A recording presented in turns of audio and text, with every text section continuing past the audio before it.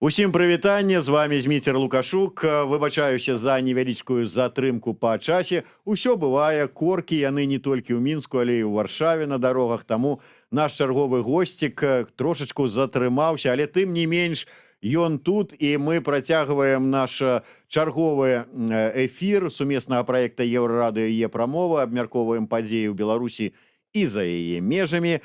У нас у студыі, у варшаўскай студыі Еўрарадыё, прадстаўнік Святланы Ціхановскай па эканамічных рэформах Алеся Ляхновіч. Добры дзень, спадар Алесь. Вітаю. Рады вас нарэшце бачыць у нашай студыі, а то ўсё такі зумам, а ў вочы паглядзець, вось як там скачуць гэтыя беларускія рублі і долары ў вас у вачах, і рэформы, дзе ў вас там прыхаваныя, цікава паглядзець на самой справе. Але давайте пачнем крыху з іншага. Эканамічны форум у Капачах толькі што скончыўся, вы там былі, знаёмілі з Святланай Ціхановскай Сергея Чалава. Між іншым. Жарты жартамі, але так сапраўды вось і было. Тым не менш, як вы ацэньваеце вынікі гэтага форума і беларускі аспект? Наколькі шырока, не шырока ён там абмяркоўваўся і якую цікаўнасць у наведвальнікаў выклікаў? Я пачну, можа, менавіта з эканамічнай часткі гэтага форума. Форум праводзіцца 30-й раз. Ён раней праводзіўся 28 разоў у Крыніцы, эканамічны форум у Крыніцы. Гэтай назвай, я думаю, больш вядомая некаторым беларусам. Апошнія 2 гады пасля ковіду ён праводзіцца ў іншым месцы ў Карпачы. На гэтым форуме было больш за 200 дыскусійных панеляў, каля ад 3 до 5 тысячаў прыкладна удзельнікаў. Так што гэта буйны форум. Яго некаторыя называюць польскім Давосам, такім вось міжнародным форумам. Ну, у выпадку Польшы гэта больш, скажем, рэгіянальны форум. Туды прыязджаюць прадстаўнікі і палітычных колаў, і бізнес-колаў, і СМІ, і проста удзельнікі з Польшчы, Чэхіі, Літвы, Латвіі, Эстоніі, Беларусі, Украіны. Ну, то бок вось з краінаў нашага рэгіёну, усходняй і цэнтральнай Еўропы. Упершыню за 30 гадоў беларусам выпаў гонар арганізаваць беларускую эканамічную секцыю падчас гэтага форума. Гэтая секцыя была арганізаваная мной і спадаром Александром Міленкевічам, як беларускім свабодным універсітэтам, бо там была таксама і культурная частка ў межах гэтага дзеяння. Эканамічная частка форума, прысвечаная Беларусі, складалася з 3 эканамічных панеляў. Адзін прысвечаны беларускай эканоміцы і сітуацыі вось бягучай, уплыву санкцыяў на эканоміку. Другая панель прысвечаная эканамічным рэформам, што патрэбна Беларусі, чаму не варта чакаць, і чаму гэта можа адбыцца ўжо ў Новай Беларусі, толькі ў Новай Беларусі, пры дзеючай уладзе гэта немагчыма. І трэця панель прысвечана ўжо канкрэтнай эканамічнай рэформе, гэта лібералізацыя знешняга гандлю Беларусі з іншымі краінамі. 3 панелі, 15 удзельнікаў, у тым ліку не толькі эканамісты, але, напрыклад, амбасадары ЗША ў Беларусі Джулія Фішер адмыслова прыехала з Вашынгтону, завітала на гэты форум. Амбасадар Еўрапейскага Саюзу ў Беларусі Дірк Шубель таксама адмыслова прыехаў на форум, каб выступіць на гэтай панелі, і амбасадар Польшчы ў Беларусі Артур Міхальскі. Было шмат беларускіх эканамістаў, эканамісты Бірок, Кейс Беларусь, Сергей Чалы, которого вы ўжо назвалі, то бок тыя эканамісты, якія вядомыя ў Беларусі, з якімі вось варта размаўляць, вырашаць, абмяркоўваць праблемы беларускай эканомікі і шляхі яе вырашэння. Так што эканамічна гэта была унікальная рэч. Калі казаць шырэй пра палітыку, то там было, конечно, беларуская дэлегацыя была вельмі вялікай у параўнанні да мінулых гадоў. Былі і палітыкі, ну, я маю на ўвазе больш дэмакратычны рух, былі таксама бізнес-колы, то бок быў цэлы аўтобус прадстаўнікоў беларускага бізнесу, які прыехаў з Беларусі. Я адразу, ёсць пытанняў шмат, давайте я вот па першай панелі адразу зачаплюся. Нам, ну, не толькі нам, беларусам і ўсіму свету, дзяржаўная прапаганда даводзіць, што санкцыі не працуюць. Так вось, санкцыі. Наколькі ўсё ж такі ёсць ад іх вынік, нема ад іх выніка? Як вы асабіста ацэньваеце? Давайте не то, што, ну, з аднаго боку, што прагучала на панелі і ваша асабістае меркаванне. Добра, дзякуй. Санкцыі на панелі. Панель была прысвечана не толькі санкцыям, гэта была адна з падтэмаў першай панелі. У прынцыпе, публічна, вось, напрыклад, Еўген Буры, член эканамічнай каманды Святланы Ціхановскай, ён казаў пра тое, якія павінны быць санкцыі. Гэта наша супольная пазіцыя, санкцыі павінны быць скаардынаваныя, то бок розныя краіны, як мага шырэйшая кааліцыя краін павінна іх вводзіць. Па-другое, санкцыі павінны быць, яны павінны тычыцца самых важных сектараў беларускай эканомікі альбо самых балючых кропак беларускай эканомікі, бо толькі тады яны будуць дзейнічаць. Дзякуючы гэтаму яны будуць кароткімі, кароткатэрміновымі, а не будуць раскладзеныя там на гады. І трэцяе, санкцыі павінны уводзіцца як мага хутчэй. То бок павінна быць вось такая залежнасць, прычына і як бы вынік. То бок прычына зачынілі Тутбай, павінна паследаваць санкцыі. Затрымалі самалёт, санкцыі. Што яшчэ? Міграцыйны крызіс стварылі для Еўрапейскага Саюзу, павінна быць адразу эфект. Інакш гэта расцягваецца ў часе і як бы і беларускім палітычным элітам незразумела, як бы і беларускаму грамадству можа быць незразумела, як так, вось толькі што забілі Рамана Бандарэнку, а гэтых санкцыяў няма, так? То бок, ну вось пра гэта мы размаўлялі падчас форуму.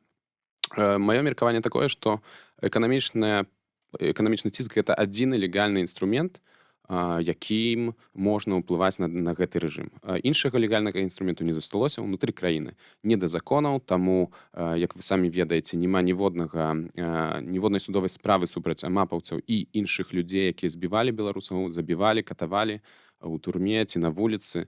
Так што ўнутры беларусаў магчымасцяў застаецца не шмат, застаецца нелегальныя магчымасці, як, напрыклад, партызанскі рух. А вось сярод легальных механізмаў застаецца эканамічны ціск. Таму калі нехта крытыкуе, што санкцыі не дзейнічаюць, няхай запрапануе іншы, больш эфектыўны сродак. Ну, сапраўды, можа быць, сродку такога і няма, хаця, калі верыць Зянону Станіславовичу Пазняку, то сродак гэта перамовы.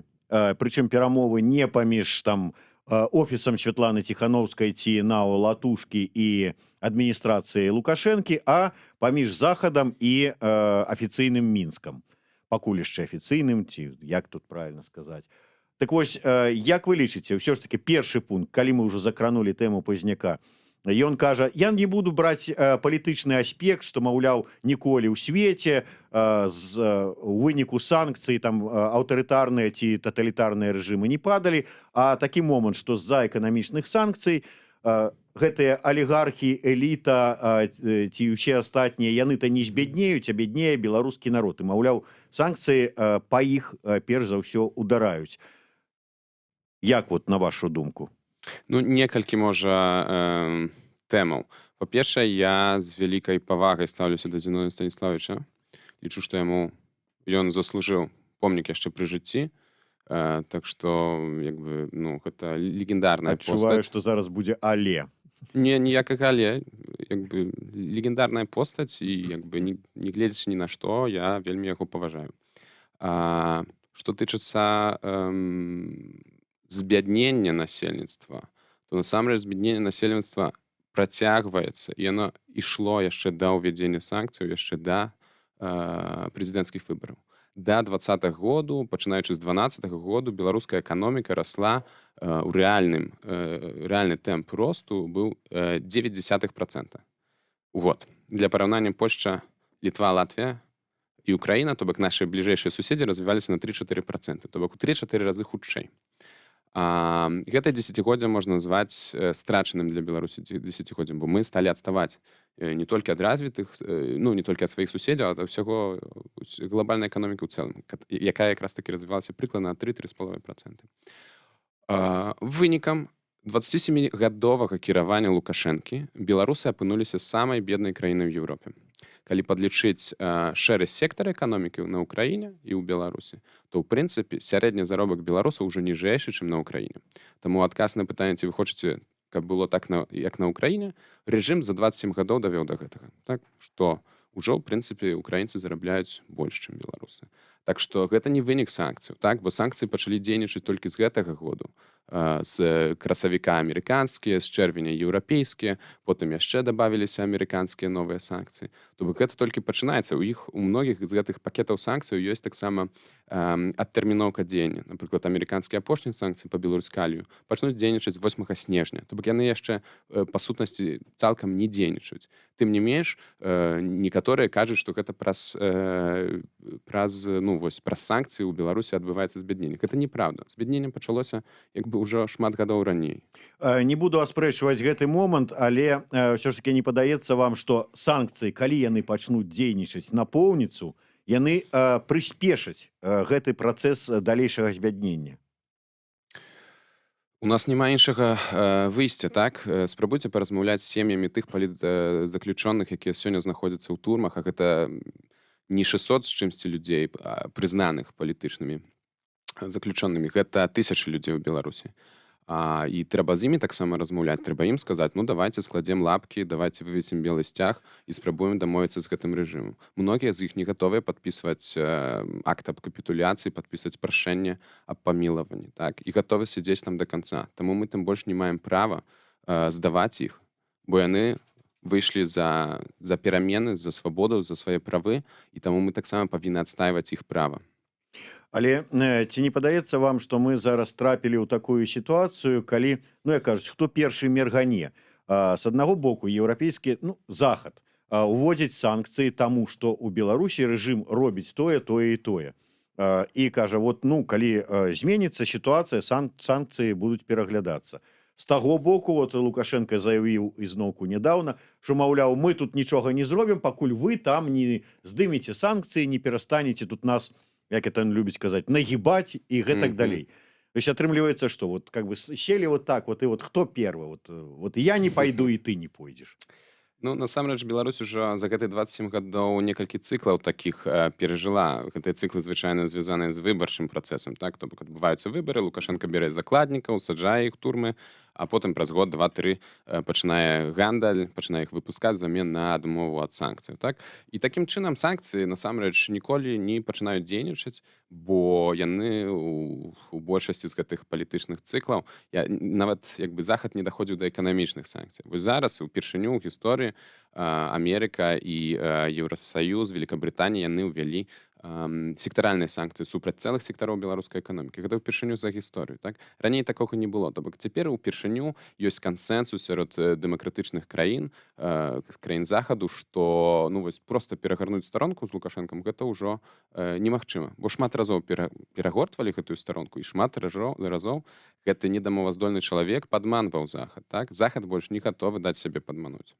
Так што гэта не пытанне, вось хто падміргне, а гэта больш пытанне сапраўды дайсці да таго моманту, калі ўлада ў Беларусі ўсё ж такі зменіцца кардынальна, я кажу кардынальна, свой стыль паводзінаў.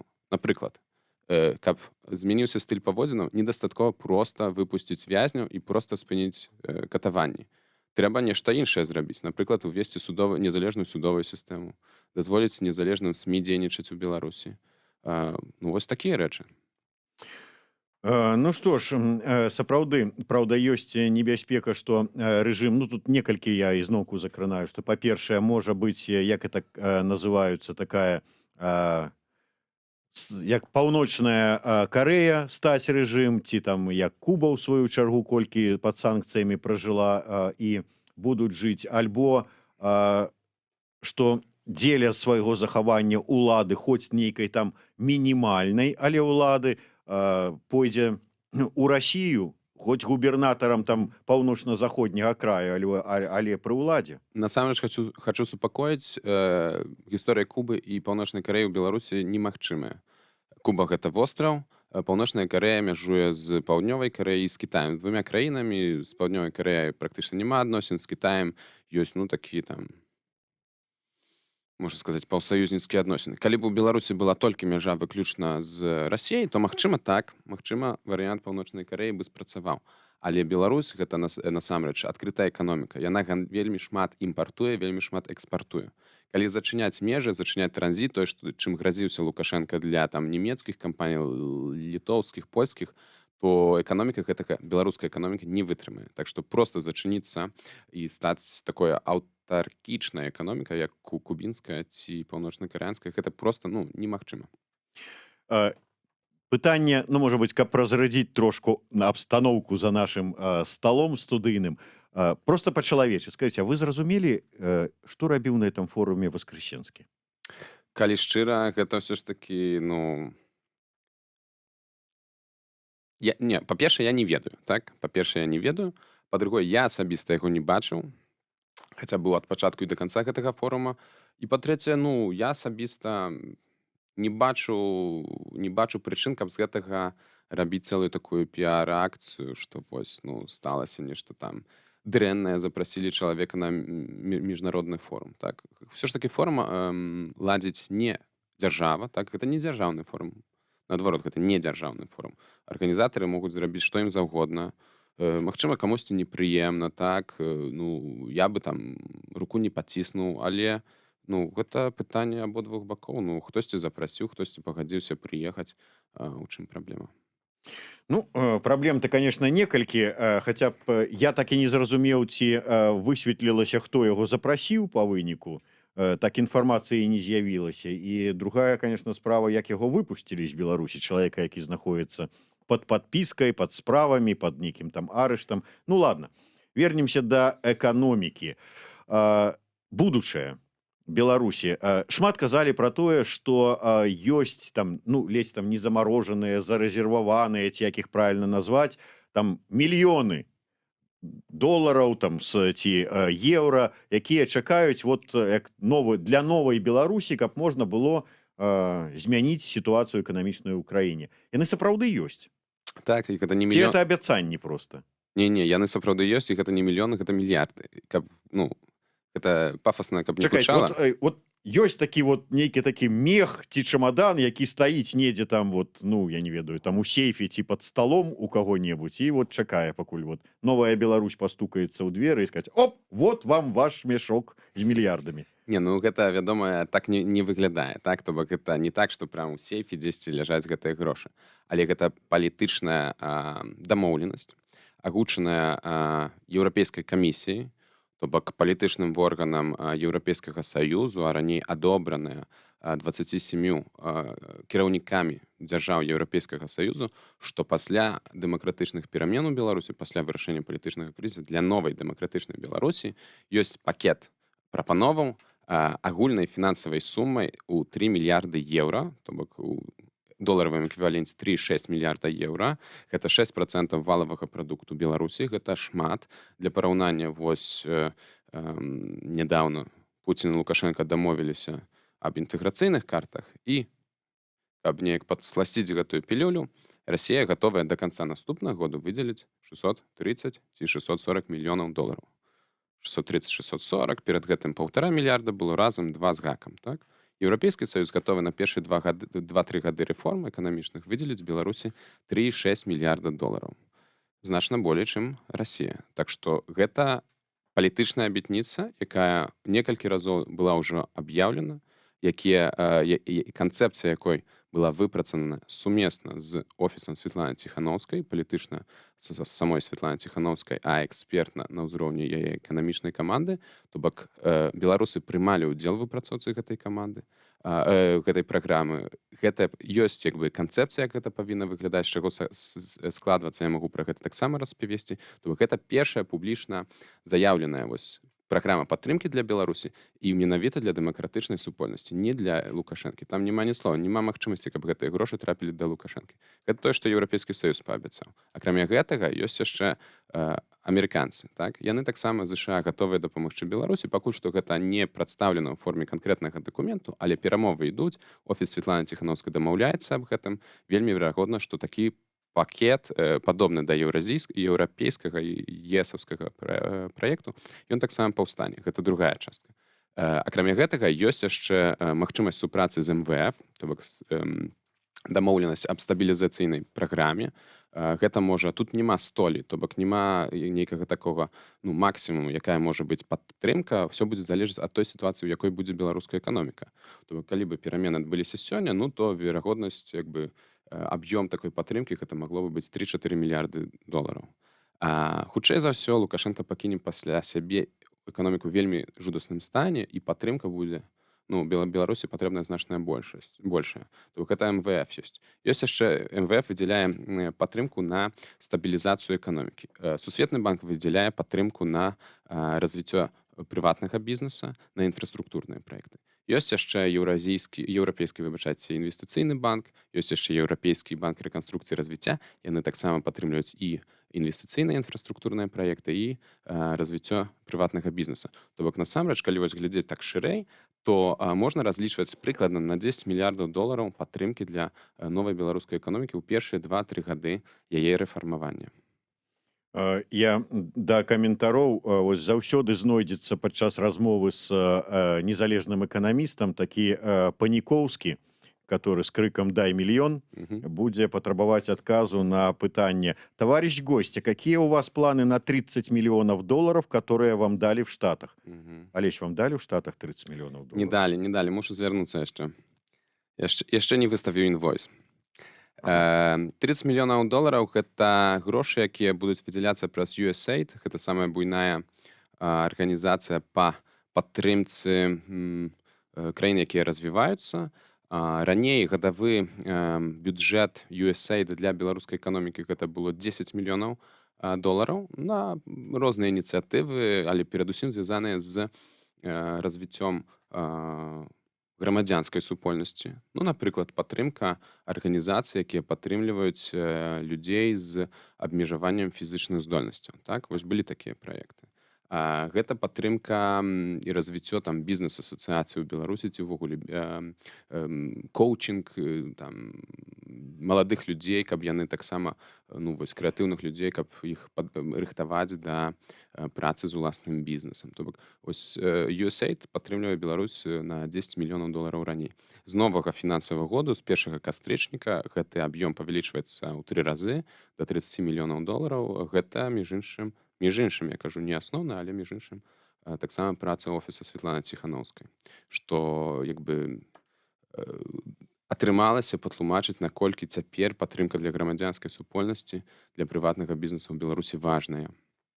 Олесь, мне вот цікавы такі момант. Все ж такі, ну, мы ўсе спадзяемся, што змены ў Беларусі надыдуць, ну, як мага хутчэй. Тым не менш, не выключаны варыянт, уже не узгадывалі і Кубу, тую і Карэю, якая ў нас не паўтарыцца, но працэс можа зацягнуцца.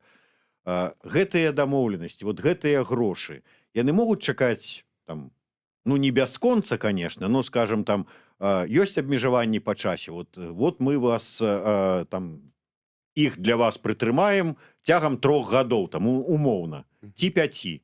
А па сканчэнні гэтага тэрміна, маўляў, ну, выбачайце, яны пойдуць на іншыя патрэбы. Ці як? У дадзеным выпадку вось тая публічная заява, гатоўнасць падтрымкі Еўрапейскага Саюзу для Беларусі на 3 мільярды еўра, яны могуць пачакаць. Бо, між іншым, таму, што гэта не мех з грашыма, які ляжыць у сейфе.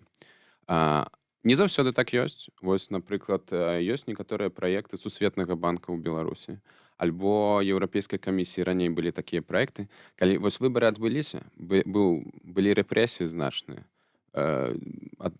адбылася дэлегітымізацыя ўлады, але Сусветны банк, Еўракамісія ў нейкі момант вырашылі, што калі мы не пачнем альбо не скончым нейкі праект, то гэтыя грошы знікнуць. І таму лепш іх гэты праект скончыць, падтрымаць ці то СМІ, ці вось, як я сказаў, там арганізацыі, якія займаюцца там людзьмі з абмежаванымі фізычнымі здольнасцямі, з нейкімі іншымі клопатамі, праблемамі, ну, па-ангельску socially vulnerable groups, уразлівыя слаі насельніцтва, то лепш гэта зрабіць цяпер, бо інакш іх проста не будзе.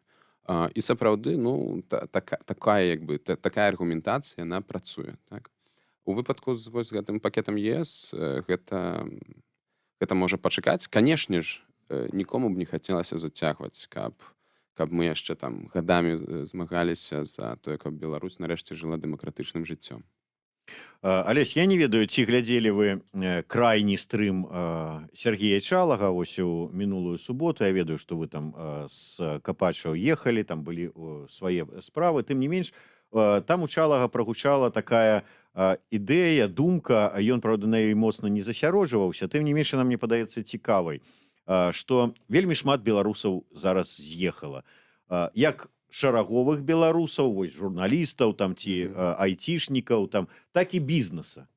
І вот гэтыя грошы, ну, не ўсе, ну, можа быць, частку. Увогуле ён казаў пра, можа быць, неабходнасць стварэння нейкага банка для беларусаў за мяжой, які мог бы падтрымліваць праекты, даваць нейкія грошы пад вот мінімальныя гэтыя еўрапейскія адсоткі, а не беларускія, на развіццё бізнеса, каб людзі маглі нешта рабіць. Наколькі гэта магчыма? Вот гэтыя грошы можна неяк акумуляваць у нейкі такі вось беларускі банк і такім чынам вось ствараць нейкія там вот падтрымліваць беларускую супольнасць, ствараць нейкія там, я не ведаю, это таксама думка Чалага прагучала, беларустаўны там вот у Варшаве, там яшчэ там дзе-нибудь у Празе, там я не ведаю. Я думаю, гэта вельмі добрая ідэя. Мы пра такія вось пазітыўную павестку для Беларусі размаўлялі якраз такі на форуме ў Карпачы, на сустрэчы з эканамістамі, са Святланай Ціхановскай. Ідэя была такая, каб размаўляць не толькі вось пра эканамічны ціск, а менавіта ствараць пазітыўную павестку. Гэтая пазітыўная павестка можа складацца насамрэч з многіх элементаў. Ну, па-першае, напрыклад, праз тое, што мы бачым, што, на жаль, гэты працэс вось транзіту ў Беларусі ён зацягваецца, так? І трэба рыхтавацца таксама, каб ствараць розныя магчымасці для людзей, якія з'ехалі. Напрыклад, ствараць за мяжой беларускія школкі, там дзіцячыя сады, школкі ці класы, прынамсі, беларускія. Напрыклад, ствараць бізнес-асацыяцыі беларускага бізнесу за мяжой. Напрыклад, у Варшаве, у Кіеве, Вільні, Рызе, так? Каб маладыя людзі, якія захочуць сябе спрабаваць у гэтых краінах, маглі прасцей гэта зрабіць, чым калі гэтых асацыяцый не будзе. Каб бізнес, які пераехаў з Беларусі, быў пераследаваны, выехаў без сваіх актываў, мог мець, ну, узяць, вось як вы сказалі, крэдыт у камерцыйных банках, таму што у гэтага бізнеса была крэдытная гісторыя ў Беларусі, за мяжой гэтай крэдытнай гісторыі няма. То бок проста так прыйсці ў банк ён не можа ўзяць крэдыт, яму не дадуць.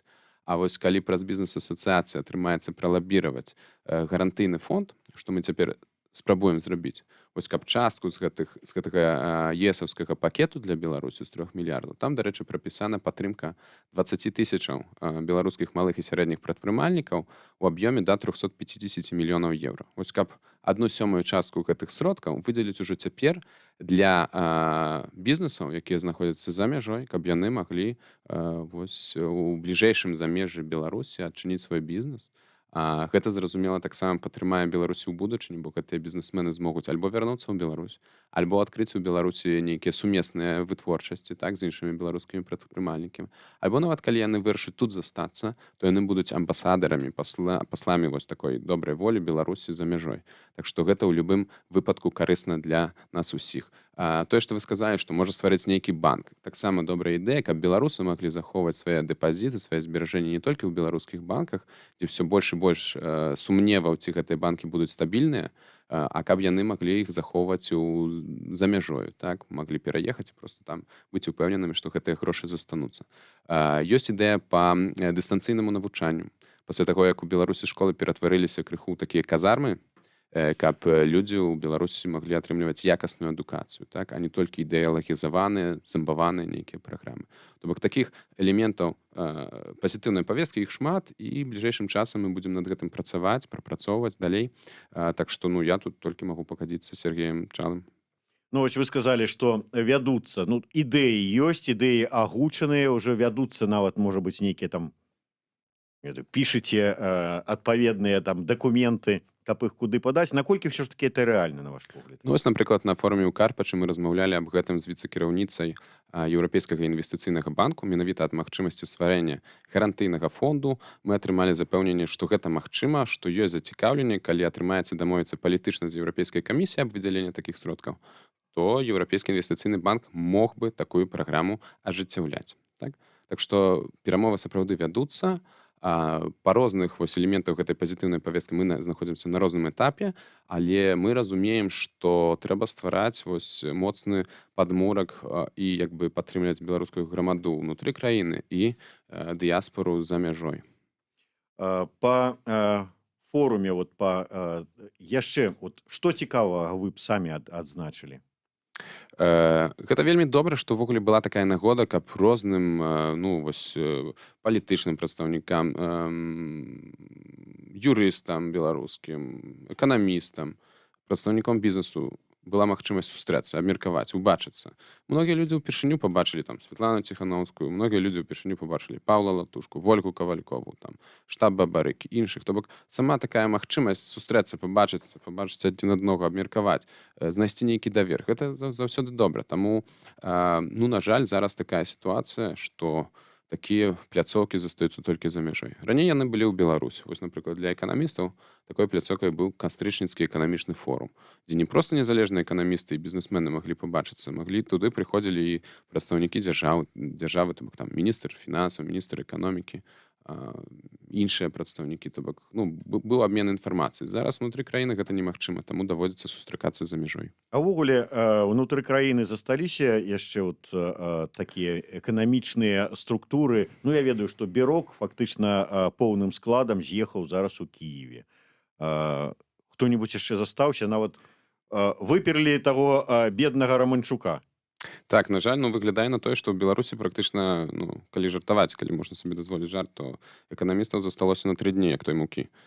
Ну, так засталося. Можа, я кагосьці пакрыўджу, бо ўсё ж такі эканамісты засталіся ў Беларусі, але тых эканамістаў, якія публічна гатовыя былі прадстаўляць свой пункт гледжання, абмяркоўваць яго, пісаць артыкулы, навуковыя артыкулы, папулярныя навуковыя, даваць каментары СМІ, бадай яны ўсе, альбо амаль усе з'ехалі за мяжу. Хтосьці ў Кіеве, хтосьці ў Варшаве, хтосьці ў Вільні, хтосьці ў Грузіі, але ў прынцыпе ў Беларусі амаль нікога ўжо не засталося. А прынамсі з тым, хто гатовы публічна выступаць. Я памятаю, мы з вами, калі папярэдні раз размаўлялі, я вас спрабаваў так вот, ну, как бы так подкалоць у тым сэнсе, што калі вы казалі, вот мы рыхтуем праграмы рэформ для новай Беларусі, я казаў, перамогі яшчэ няма, вы тут уже тут праграмы пішаце. Все ж таки, вот колькі праграм напісалі і наколькі гэта сур'ёзная і важная і патрэбная справа сёння. І калі вот вы, можа быць, штосьці з гэтых праграм прадстаўлялі на эканамічным форуме, якая была рэакцыя? Праграмы на такім форуме мы не прадстаўлялі, таму што ўсё ж такі там фармат сустрэчы гадзіна, гэта, ну, не той фармат, каб абмяркоўваць, сустракацца.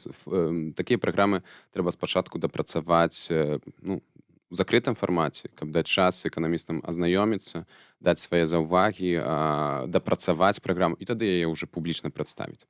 Мы гэта робім. Вось з чаго ўсё пачалося? Пачалося ўсё з таго, што эканамічная група каардынацыйнай рады падрыхтавала адкрыты ліст да беларускага грамадства, які быў падпісаны больш за 60 эканамістамі, у асноўным беларускімі эканамістамі, але таксама некаторымі паспяховымі рэфарматарамі розных краін, Славаччыны, Польшчы, Украіны, Расіі і іншых краін, Великабрытаніі. Гэты адкрыты ліст быў апублікаваны ў кастрычніку, ён як бы шырока быў як бы распаўсюджаны. Гэта быў такі першы этап, калі вось паказана, што ў Беларусі ёсць кансэнсус. Гэтыя эканамісты, яны абяцалі, што ў выпадку, што яны гатовыя сваімі ведамі дзяліцца з дэмакратычна абранай уладай. У гэтым лісце напісана 11 асноўных накірункаў для рэформ беларускай эканомікі. То бок гэта была такая канцэпцыя. Першы этап. Другі этап. Вось мы працавалі далей з многімі з гэтых эканамістаў і дапрацавалі, падрыхтавалі публікацыю, якая адказвае на 2 пытанні. Па-першае, што трэба ў Беларусі рэфармаваць, ужо больш падрабязна, і якім чынам захад можа падтрымаць эканамічныя рэформы ў Беларусі. Мы гэта прадставілі на закрытай сустрэчы каля 30 эканамістаў у Чэтэм-хаўзе. Чэтэм-хаўз гэта брытанскі каралеўскі аналітычны цэнтр, адзін з самых найлепшых у Еўропе, у свеце, ў прынцыпе. І там вось па-ангельску была прадстаўлена гэтая, па-ангельску дзеля таго, каб іншыя эканамісты міжнародныя таксама маглі ў гэтым прыняць удзел, і беларускія замежныя эканамісты мелі магчымасць праглядзець, прачытаць, даць сваю ацэнку, яшчэ абмеркаваць гэта, і пасля гэтага мы дапрацавалі, і гэтая публікацыя неўзабаве павінна з'явіцца ў сеціве. Так?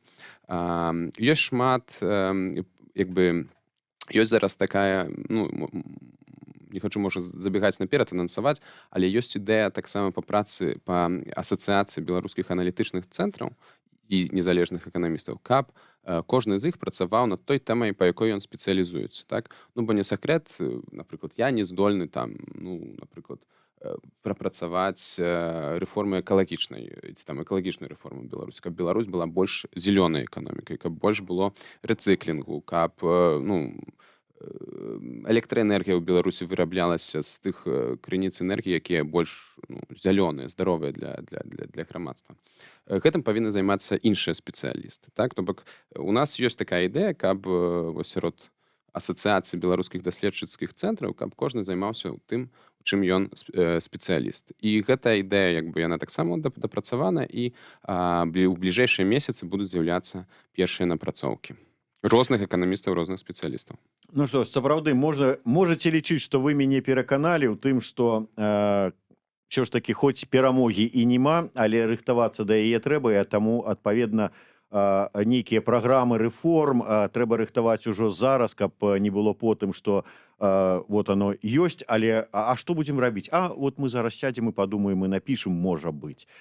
На заканчэнне я хачу вярнуцца яшчэ да адной тэмы. Вот зачапіла яна мяне, моя размова з Зяноном Станіславовичам, калі ён там пачаў крытыкаваць эканамічны блок офіса Святланы Ціхановскай, і казаць, што вот да чаго яны яе штурхаюць, каб Беларусь адключылі ад свіфта. Маўляў, яна-то, відаць, вот як чалавек просто нават не ведае, што такое свіфт. Дарэчы, вы патлумачылі Святлане Георгіевне, што такое свіфт? Святлана Георгіевна ведае. І другое, што вот адключаць, яны вот пойдуць, вымушаныя будуць да расійскіх сістэм этих падключыцца. Это яшчэ адзін крок здачы Беларусі Расіі. Згодны ці не? Ну, добра, уже вот што Святлане Георгіевне расказалі, што такое свіфт. Офіс не выступаў за адключэнне свіфту. Офіс правёў абмеркаванне, сацыялагічнае абмеркаванне на платформе «Голас», каб паглядзець, ці ёсць падтрымка для такой ідэі. І сапраўды было галасоў 4:1 у падтрымку. То бок прагаласавала больш за 400 000 чалавек, асобных людзей. 64% былі за, каля 16% супраць, каля 20% не ведала, як прагаласаваць. Перад гэтым была інфармацыйная кампанія, то бок быў створаны сайт, на якім тлумачылася, што такое свіфт, што азначае адключэнне ад свіфту, якія могуць быць наступствы для беларусаў. Так? То бок, у прынцыпе, нельга сказаць, каб зусім ужо людзі, якія адказвалі на гэта пытанне, зусім не разумелі, за што галасуюць. То бок, сярод актыўнай часткі беларускага грамадства падтрымка для такога самага моцнага, я бы сказаў, такой атамнай бомбы сярод эканамічных санкцыяў была, так? Я думаю, калі б цяпер запытацца, магчыма бы нават гэтая падтрымка была нават большай. Што гэта азначае? Калі 4:1 актыўных беларусаў былі гатовыя да адключэння санкцыяў, то азначае да іншых, напрыклад, кропкавых эканамічных санкцыяў, сектаральных санкцыяў, падтрымка такіх механізмаў яшчэ большая. Так што ў гэтым сэнсе галасаванне на голасе мела сваё значэнне. Так? Але сам офіс ніколі не лабіраваў адключэнне свіфту для Беларусі. Бо гэта самае апошняе, калі ўжо ў Беларусі пачнуць масава забіваць людзей, гэта як бы апошняе, што можна зрабіць. Добра, на заканчэнне пытанне ад нашага гледача канкрэтнае. То есть, вот ваше бачанне, што будзе, цытую, з дурацкімі паборамі і налогамі, которых тут нагарадзілі вядома хто. Грошы ў рэжыме сканчваюцца, і таму такіх пабораў і нейкіх крокаў па стварэнню новых бар'ераў для бізнесу іх будзе толькі болей. На жаль, гэта факт, і зноў жа, гэта не звязана з эканамічнымі санкцыямі. І без эканамічных санкцыяў сам факт, што, напрыклад, IT з Беларусі з'язджае, па розных ацэнках ад 10 до 15% спецыялістаў ўжо з'ехала. Людзі, якія застаюцца, працуюць менш эфектыўна, чым тады, калі такіх рэпрэсій у Беларусі не было. Новы бізнес не прыходзіць у Беларусь, там спыняюцца нейкія праграмы фінансавання для інвестыцыяў, якія ўжо ў Беларусі ёсць, і ўсходнія, і заходнія, і кітайскія. Так што рэжыму фінансаваць трэба не камапаўцаў, КДБшнікаў, 10 000 сваіх ідэолагаў, БТ і іншых прапагандыстаў. Таму прыходзіцца шукаць, дзе шукаць. Дзяржаўны сектар, які амаль што не прыносіць прыбыткаў, не, прыходзіцца шукаць вось у кішэнях прыватных бізнесаў і кішэнях грамадзян таксама. Ну, а як будзе потым, вот вы будете адмяняць, ці як это працэс будзе адбывацца?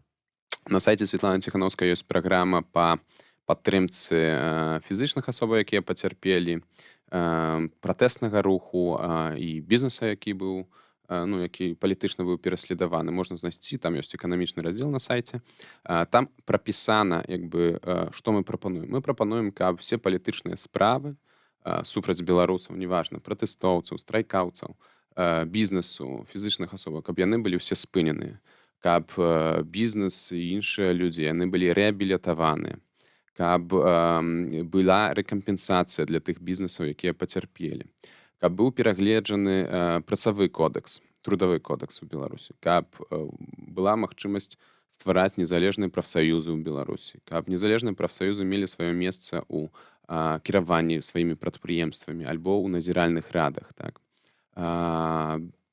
Ёсць таксама ідэя, каб людзі, якія былі зволены па палітычных матывах з прадпрыемстваў, в асноўным дзяржаўных, канешне, каб яны маглі вярнуцца пры сваім жаданні, маглі вярнуцца на гэтыя прадпрыемствы. Калі не жадаюць, каб яны маглі альбо адчыніць бізнес і на гэта праз дзяржаўнае фінансаванне камерцыйныя банкі маглі выдзяляць грант, то бок беззваротную падтрымку да 10 000 долараў, альбо каб на працягу першых 2-3 гадоў яны маглі перакваліфікавацца, то бок бясплатна запісацца на праграму ці то валоданне мовамі, ці то нейкіх мяккіх такіх навыкаў, ці можа сапраўды цэлую такую праграму магістарскую, бакалаўрыяцкую, каб перакваліфікавацца і быць гатовым да новай прафесіі, так, да новай вось беларускай эканомікі. Так што там ёсць спіс каля 8 такіх накірункаў.